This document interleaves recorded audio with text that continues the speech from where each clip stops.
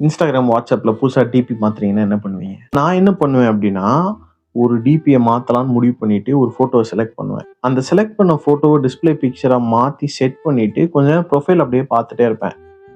இல்லையே! இது நல்லா இல்லையே! அப்டின்னு சொல்லிட்டு ரிமூவ் பண்ணிருவேன். அப்ப திடீர்னு தோணும். ஏன் இந்த பிக்சர்? நம்ம பேசாம இன்னொரு பிக்சர் போட்டுறலாமே டிபியா அப்டின்னு சொல்லி. ஸோ அந்த பிக்சர் எடுத்துட்டு வந்து திரும்பி மாத்தி பார்ப்பேன். மாத்தி பார்த்தாலும் சம்திங் மிஸ்ஸிங்கா இருக்கே அப்டின்னே தோணிட்டு இருக்கும்.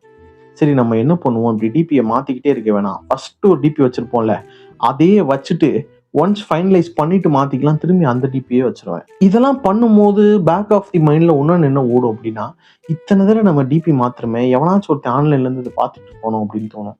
யாரும் அவ்வளோலாம் நம்மள கண்டுக்க போறது கிடையாது. பட் இருந்தாலும் நம்ம மைண்ட்ல தோணும் அப்படி. ஐய்யயோ! 2, 3 தடவ டிபி மாத்திட்டு திரும்பி பழைய இந்த டிபிக்கே போனோமே, இது எவனாவது நோட்டீஸ் பண்ணியிருந்தா ஒரே அசிங்கமா போயிருமே அப்படின்னு தோணும். பட் பரவால்ல என்ன பண்ண முடியும் அப்படின்னு சொல்லிட்டு அந்த டிபிய மாத்திட்டு, அப்புறமா கேலரிய ஓப்பன் பண்ணி எல்லா ஃபேவரைட் ஃபோட்டோஸையும் அப்படியே பார்ப்பேன். இத வைக்கலாமா? இத வைக்கலாமா? இத வைக்கலாமா? அப்படின்னு சொல்லி. அப்புறம் கடைசியில ஒரு நல்ல முடிவு எடுப்பேன். என் வாழ்க்கையில இந்த குறிப்பிட்ட நாள்ல ஒரு தேவையற்ற காரியம் அந்த டிபிய மாத்துறதுன்னு சொல்லிட்டு மூடிட்டு, இருக்க டிபி அப்படியே இருக்கட்டும்ன்ட்டு போயிருவேன். எனக்கு இந்த டிபிய குயிக்கா மாத்துறவங்கலாம் பார்க்கும்போது என்ன தோணுது அப்படின்னா, I think their life is very sorted. But நமக்கு அப்படி கிடையாது.